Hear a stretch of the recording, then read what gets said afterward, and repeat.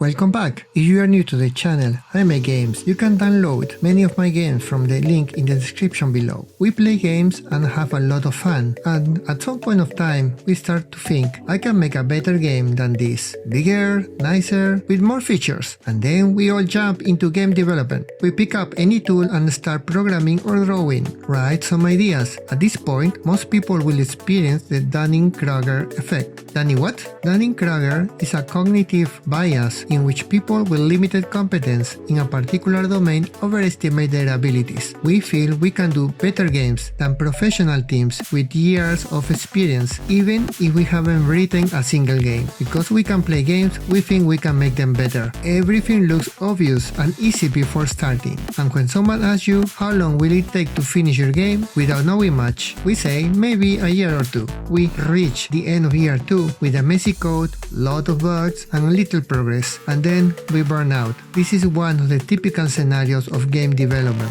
Estimating how long a game will take is one of the most difficult tasks. Even the most experienced professional teams find that it's almost impossible to make an accurate prediction every time. That's why most projects go over budget and over time with lot of crunch time. So how can you estimate it knowing that professionals with years of experience are also struggling with it? I'm going to share today some numbers based on my previous games so you can understand how to estimate based on your own speed. Each person has different speed, so learn how fast are you so you can adjust your plan later. If this is your first game, it is impossible for you to make a good estimate. So the best thing you can do is to break your plan into smaller chunks or sprints of about 2 weeks so you can measure your speed against yourself. At the end of the second week, you will have some ideas on how many of those tasks can be accomplished. Maybe 5, maybe 10, maybe 20. It depends on you. After 2 or more sprints, you will understand how fast are you. So how do we start the first sprint?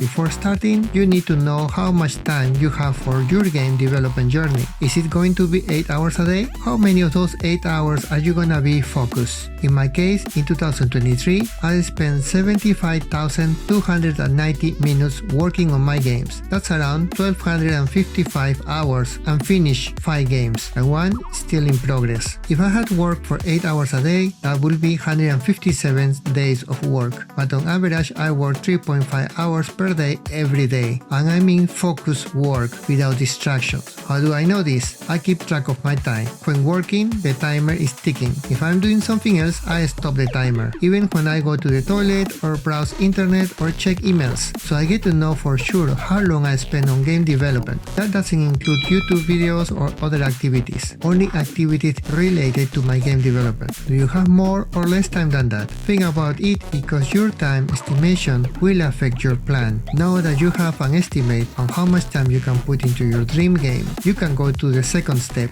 Write all the things you want your game to have and start to break them into single line items like this, and you will need some experience to know what exactly needs to be done for each of the tasks. Each task should take a day or 2 maximum. The less the better, so you can adjust. I wrote the start time and end time on each task as much as I could, or the total time used, and make sure that the task is finished between the sprint time. For example, Spec Wars started on sprint 6. All previous sprints were used to create a template and workflow so I can develop games faster. That is 5 sprints for a total of 10 weeks. At that time, I was able to finish a total of 41 tasks or user stories, including 6 bug fixes and 35 new items. Due to that experience, I was able to increase speed, and in sprint 7, my output was 60 user stories, and in sprint 8, I went down to 25 user stories completed. That's because I started pre-production of Loot Rat, my second game. Designing a new game takes more time, but once I was in full production mode, I was able to make 40 and 64 user stories. In general, between 30 to 60 is my output per sprint. Now I am on sprint 30, and I have 121 new items to develop for my card game, and 3 bugs to fix. That is too much for sprint 30, so I will move all the remaining tasks to the next sprint once I end the sprint 30. So most probably I will need 4 more sprints to finish this game. That is 8 weeks weeks or 2 more months if I can fully work for about 3.5 hours per day on average. Once you know what your average output is, you can easily extrapolate how much more time is needed to finish your game. Adding as much detail as possible into your plan will allow you to make this. So I hope this helps you. In future videos I will share how to write your tasks or user stories. There is a lot of things to consider when doing that, so I couldn't find the time to work on my games, but now that I know what I need to do, I can manage my time better. So my output now from Sprint 29 onwards will increase, and I will get a new baseline speed, given that I can only work around 2 hours on average per day, and some hours during the weekend.